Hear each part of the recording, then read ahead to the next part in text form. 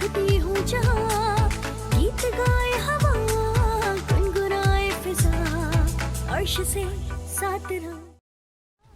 एक बार फिर खुश आमदीद नाज़रीन। अगर हम अपने पाकिस्तान के ऑल ओवर मसाइल पे बात करें, हम अभी जैसे पानी पे बात करें, अगर मैं कराची पर आऊँ तो कराची के भी बहुत सारे मसाइल हैं। और ऑफ़ कोर्स एक जो रिहायशी होता है कराची बेस होता है, जैसे मैं रहती हूँ तो मुझे वहाँ के पता कि क्या क्या मसले, लेकिन ऑल ओवर कराची के मसले ओपनली बारिश से नहीं खुले, वैसे ही सबको पता था, बस मौका अब मिला है अपनी दिल की बात कहने का। मेरे साथ एडवोकेट मंसूर अली थे, वो साहब मौजूद हैं। अभी ब्रेक में मुझे वो कुछ इंडिकेशन कर रहे थे कराची बेस कि क्या क्या प्रॉब्लम है। अभी पानी तो यहाँ आएगा, वो फिर एक अलग तमाशा होगा, फिर देखेंगे यहाँ के गांव देहात कैसे डूबते हैं। ये सब ओपनली है, कोई हिडन नहीं है। लेकिन इसके अलावा कराची में स्नैचिंग बहुत है, कराची में जो है रॉबरी केसेस बहुत हैं, कराची में और बहुत सारे छोटे छोटे मसाइल हैं जो डे बाय डे बढ़ते चले जा रहे हैं। ओवर टू यू सर, क्या कुछ कह रहे थे आप ब्रेक में? मैं चाहूँगी हमारे नाज़रीन को। असल में मैडम मैं इस चीज़ पे आना चाहता हूँ कि कराची के जो मसाइल हैं ये छोटे मोटे नहीं हैं, ये बड़े मसाइल हैं जिस पे हमें काम करने की बहुत सख्त ज़रूरत है। आपने रिसेंटली एक देखा होगा कि गवर्नर साहब ने एक कहा कि भाई हमने मोटर व्हीकल में जो है वो तरमीम कर दिए और टैंकर माफिया के ख़िलाफ़ हमने सख्त शराइतें उसमें डाले हैं। अच्छा, तो मैं इस चीज़ पे आना चाहता हूँ कि गवर्नर साहब सिर्फ आपके मोटर व्हीकल से काम नहीं चलेगा, आपको तरमीम करनी पड़ेगी 320 सेक्शन में, और उसको जो है वो नॉन बेलेबल आपको करार देना पड़ेगा, पार्लियामेंट से आपको बात करनी पड़ेगी। और इस जो सेक्शन है टैंकर माफिया, यहाँ पे बड़े मसाइल टैंकर माफिया ने खड़े कर दिए। यहाँ पे हज़ारों लोग जो हैं वो यहाँ पे देख ले सर, सोच समझ के बोलेंगे ना, बाद में पीछे से कुछ और हाथ आ जाए। नहीं, कुछ भी नहीं पक्का होगा पानी पानी पता कौन माफिया कौन है, कुछ पता है आपको इसके लिए? मैं इस पे ही बात करना सोच ले, ये मैं ऐसे मैं तंजिया कह रही हूँ कि हम खुलेआम, असल में कोई टैंकर इतना छोटा सा तो है नहीं जो छोटी सी गली से छुप के चला जाए। देखो मैडम, मैंने इस पे टैंकर माफिया पे बहुत सारे लेटर्स इशू किए यहाँ पे कराची में। अब मैं कोई डरने वाला नहीं हूँ, मैं मुँह पे वतन पाकिस्तानी हूँ और पाकिस्तान के लिए, कराची के लिए मैं आवाज़ हमेशा बुलंद करता रहूँगा। दूसरी बात कि टैंकर माफिया जो है उस यहाँ पे बहुत सारे लोग जो हैं उन्होंने यहाँ पे कत्ल कर दिए, और उसका जो है कोई भी आज तक ऐसा कोई बंदा नहीं है जिसको सज़ा आई हो। इसमें सेक्शन जो है ऐड होने चाहिए 322 जो है सेक्शन, भले उसके पास अगर लाइसेंस भी है मगर उसके बावजूद उसका सेक्शन जो है 322 दियत का वो होना चाहिए मैडम। अगर नहीं होगा तो ये टैंकर माफिया ऐसे ही लोगों को मारती रहेगी और कराची के जो बेटे हैं वो ऐसे ही शहीद होते रहेंगे। ओके, हमारे साथ एक कॉल पे कॉलर भी मौजूद है, बात करें। हेलो हेलो, आवाज आ रही है? हेलो, अस्सलाम वालेकुम। हेलो, डॉक्टर इदरीस आ रही हैं? अस्सलाम वालेकुम। जमीला बेगम फाउंडेशन से। अस्सलाम वालेकुम।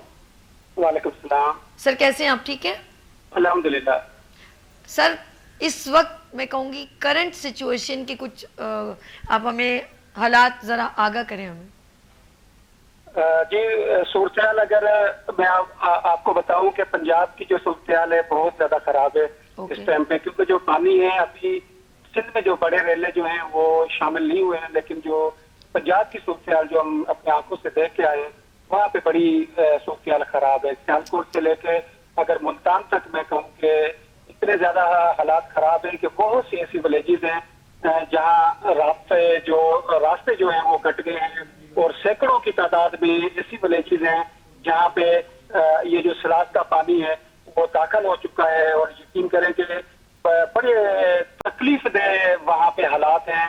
लोग बेयारो मददगार हैं और उनके माल मवेशी चले गए हैं, और उनका जो फसलें हैं तो वो तबाह हो गई हैं, फसलें जो सैलाब में बह गई हैं, और बहुत सी इंसानी जानें भी जो है इसमें जो कि लोग अल्लाह को प्यारे हो गए हैं। बड़े जो हालात हैं वो खराब है, और जो अल्लाह ना करे जो आगे सूरत-ए-हाल मैं देख रहा हूँ कि सिंध में भी काफी ज्यादा सूरत-ए-हाल जो है अगर ऐसे ही हालात रहे